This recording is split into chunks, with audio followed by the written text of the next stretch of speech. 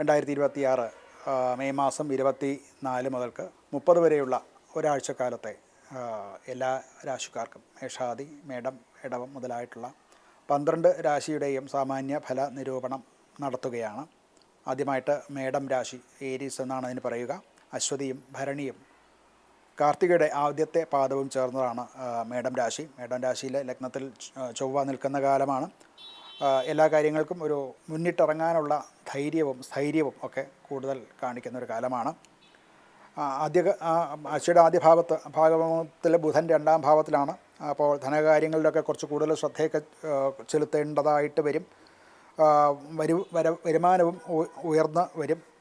എന്നാൽ ഈ സമയത്ത് ചില വാക്കുകളുടെ കടുപ്പം കൊണ്ട് അഥവാ വാക്കിൽ കൊണ്ടാവുന്ന ചില സ്ട്രെസ്സ് കൂടുതലുള്ളത് കൊണ്ട് ചില അസ്വസ്ഥതകളൊക്കെ ഉണ്ടാകാൻ സാധ്യതയുണ്ട്.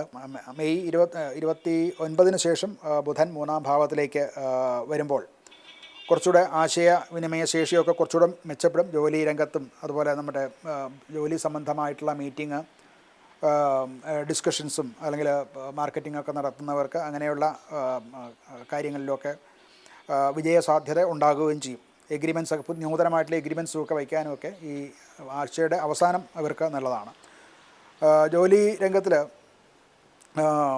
പുരോഗതി ഉണ്ടാകും. ആഴ്ചയുടെ ആദ്യ ഭാവത്തിൽ കുറച്ച് പതുക്കെയാണെന്നുണ്ടെങ്കിലും അവസാനം ആകുമ്പോൾ കുറച്ചുകൂടെ അതിൽ നേട്ടമൊക്കെ ഉണ്ടാകുന്നതായിട്ട് കാണാം. ധനപരമായിട്ട് നിയന്ത്രിക്കേണ്ടതായിട്ട് വരും. കുറച്ച് ധനനിയന്ത്രണം ഇല്ല എന്നുണ്ടെങ്കിൽ നഷ്ടങ്ങൾ വന്നു ചേരാവുന്നതാണ്. ഉണ്ടായിരുന്ന ലാഭം കൊണ്ടുണ്ടാകുന്ന ഗുണങ്ങൾ അനുഭവിക്കാൻ സാധിക്കാതെ വരുന്നതാണ്. അത് പ്രത്യേകിച്ച് ആഴ്ചയുടെ അവസാനമാകുമ്പോൾ. കുടുംബപരമായിട്ട് ബന്ധങ്ങൾ മെച്ചപ്പെടും. കുറച്ചുകൂടെ ഈ ആഴ്ചയുടെ അവസാനമാകുമ്പോഴത്തേക്കും കുടുംബ ബന്ധങ്ങളൊക്കെ കുറച്ചുകൂടെ മെച്ചപ്പെടും.